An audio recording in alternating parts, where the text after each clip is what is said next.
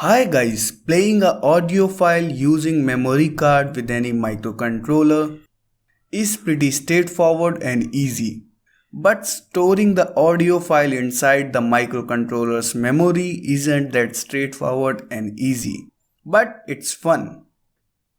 So today we will encode an audio file and store it inside the ESP8266. And we will play the file like this.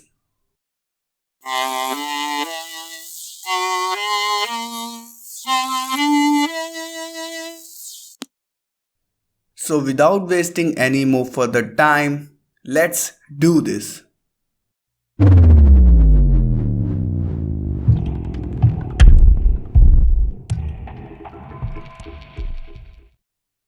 Hi guys, this video is sponsored by PCBGogo.com. It was established 5 years ago and it's still growing and becoming the leading PCB fabrication and assembly manufacturer in a changing world. And now PCBGogo is celebrating their 5th anniversary and they are giving out a series of discounts and souvenirs to the customers. And now there are only 10 days left to grab these benefits. So go check out their website and grab those benefits. The link is in video description. So guys, long time back I made a video on how to play an audio file with Arduino Uno. And in that video we encoded the audio file inside the Arduino memory. So if you haven't watched that, please check it out. So many of you guys were not happy with that video due to memory limitations of Arduino Uno. I was able to play approximately 4 seconds of audio with Arduino Uno. But since ESP8266 or Node MCU has way more memory compared to Arduino Uno, so which means now we can store audio files more than 4 seconds long. So before we proceed further, make sure you have required things. The first thing you need is a Node MCU or a ESP8266. And you can use a ESP32 as well. And then you need a transistor like a normal 3904 NPN or a Darlington TIP120 or a similar transistor. You need a speaker of 1, 2 or 3 watt, whichever you can get, and a 1K resistor, which is optional. And last but not the least, a breadboard and few jumper wires. And if you wanna buy any of this stuff, the link is in description as usual. Now let's talk about the circuit part. So the audio output pin on ESP will be I2S audio pin.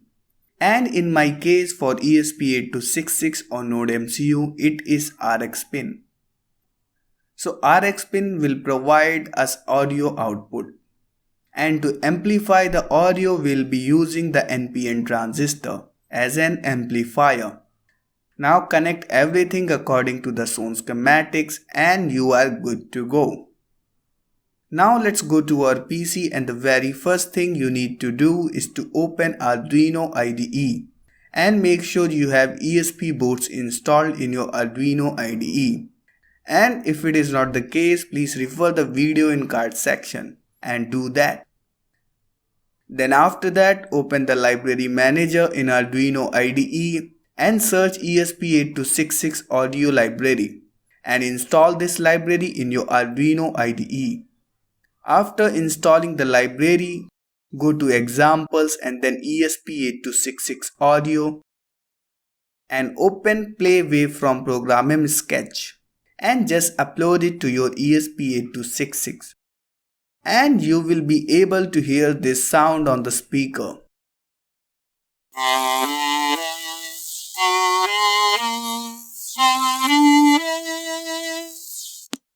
Awesome, right? But let's go to our code again. So in code we can see that it is playing viola.wav file, which is encoded into hex and all the hex is present here in viola.h. Which means if we can convert our WAV audio file in hex format and then paste that hex values in viola.h file, we can play our own sound. So the challenge is to encode a WAV audio file into hex. So for that, let's open Audacity software, and I already recorded an audio and I am opening it here. Now you need to do is to select the project rate to anything up to 44 kHz. If you want a long duration audio file, go for lower project rate. For better audio, go for 44 kHz. But good audio means bigger the size and small duration audio. So either go for quantity or quality. So for the demo purpose, I will choose 32 kHz rate. Then I will export the audio as WAV file and as 16-bit BCM. And I will save it. Then there are a lot of ways to convert the WAV file to hex. But I am gonna use an online file to hexadecimal converter. And I will choose my file here, and then within seconds it will give you these hex codes.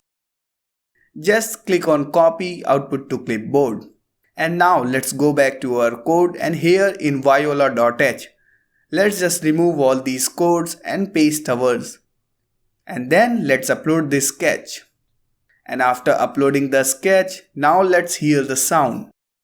The audio you are hearing is coming out of ESP8266 or Node MCU. So let me know how it sounds in the comment section. So guys, how was it? Awesome, right? But this library can do a lot of things, but that's another topic for another video. So to make sure you don't miss on those topics in future, consider subscribing. So guys, that's all for today. I hope you like this video. If you do, hit like, give me a share, and don't forget to subscribe. And I will see you guys in another video of mine. Till then, keep exploring.